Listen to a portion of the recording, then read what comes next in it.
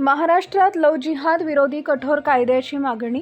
दहिवडी तालुका माण येथील दहिवडी तहसील कार्यालय इथं हिंदू जनजागृती समितीच्या वतीनं महाराष्ट्रात हिंदू भगिनींच्या रक्षणासाठी उत्तर प्रदेश आणि उत्तराखंड राज्याच्या धर्तीवर कठोर आणि अजामीनपात्र लव्ह जिहाद व अवैध धर्मांतर विरोधी कायदा येत्या अधिवेशनात तात्काळ संमत करण्यात यावा यासाठी नायब तहसीलदार दहिवडी भीमराव इंगळे यांना निवेदन देण्यात आले. महाराष्ट्रात उत्तर प्रदेश व उत्तराखंडच्या धर्तीवर कठोर आणि अजामीनपात्र लव्ह जिहाद व अवैध धर्मांतर विरोधी कायदा तात्काळ संमत करण्याची मागणी राज्य सरकारकडे करण्यात आली आहे. याबाबत मुख्यमंत्री, गृहमंत्री तसेच सर्व आमदारांना निवेदन पाठवण्यात आले.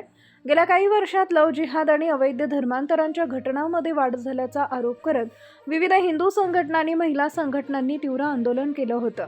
या पार्श्वभूमीवर कठोर कायदा करण्याचं सरकारनं आश्वासन दिलं होतं, मात्र अद्याप ठोस निर्णय झालेला नसल्याची खंत निवेदनात व्यक्त करण्यात आली आहे. निवेदनात काही गाजलेल्या घटनांचा उल्लेख करण्यात आलाय. पालघर येथील श्रद्धा वालकर हत्याकांड, झारखंडमधील रबिका पहाडन प्रकरण तसेच कर्नाटकातील हुबळी येथील नेहा हिरेमठ हत्येचा संदर्भ देत महिलांच्या सुरक्षेचा मुद्दा अधोरेखित करण्यात आला आहे. राष्ट्रीय गुन्हे नोंदणी विभाग यांच्या आकडेवारीचा हवाला देत राज्यातील बेपत्ता महिलांची संख्या चिंताजनक असल्याचा दावा निवेदनात करण्यात आलाय. बेपत्ता महिलांमधील काही प्रकरणांचा संबंध मानवी तस्करी किंवा बळजबरीच्या धर्मांतरांशी असू शकतो असा संशयही व्यक्त करण्यात आलाय. तसेच राष्ट्रीय तपास यंत्रणा यांच्या काही अहवालांचा उल्लेख करत आंतरराष्ट्रीय दहशतवादी संघटनांशी संभाव्य संबंधांबाबतही चिंता व्यक्त करण्यात आली आहे. निवेदनाद्वारे सरकारकडे पुढील मागण्या करण्यात आल्या. उत्तर प्रदेश, उत्तराखंडप्रमाणे जन्मठेपेची तरतूद असलेला कठोर व अजामीनपात्र कायदा लागू करावा.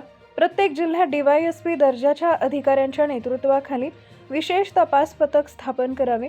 संबंधित प्रकरणासाठी जलदगती न्यायालय स्थापन करून 6 महिन्यात निकाल देण्याची व्यवस्था करावी. बेपत्ता महिलांचा शोध घेण्यासाठी विशेष मोहीम राबवावी. आंतरधर्मीय किंवा धर्मांतरांसाठी पूर्व परवानगीची प्रक्रिया बंधनकारक करावी.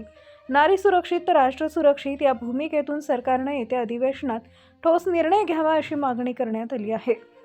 यावेळी महंत शांतिगिरीजी महाराज, मेजर वसंतराव देवकर, ज्ञानदेव पिसे, संजय शिंदे, सुनीता कदम, हनुमंतराव कदम, विनायक ठिगळे, संपतराव बोराटे, निर्मलाताई गाडे, अलका मगर, दादा जाधव, रघुनाथ कोरडे, शुभम ठिगळे इत्यादी उपस्थित होते. कायदा पारित झालाय आपल्या महाराष्ट्रामध्ये ह्या कायद्याचं विधानसभेमध्ये पारित होणं गरजेचं आहे आणि येत्या अधिवेशनामध्ये हा कायदा पारित करावा अशी शासनाला, माननीय मुख्यमंत्र्यांना हे आपण निवेदनाच्या मार्फत मागणी करतोय.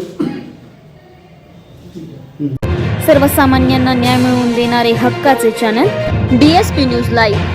संपूर्ण महाराष्ट्रातील बातम्यांसाठी चॅनलला लाईक करा, सबस्क्राईब करा आणि शेअर करा.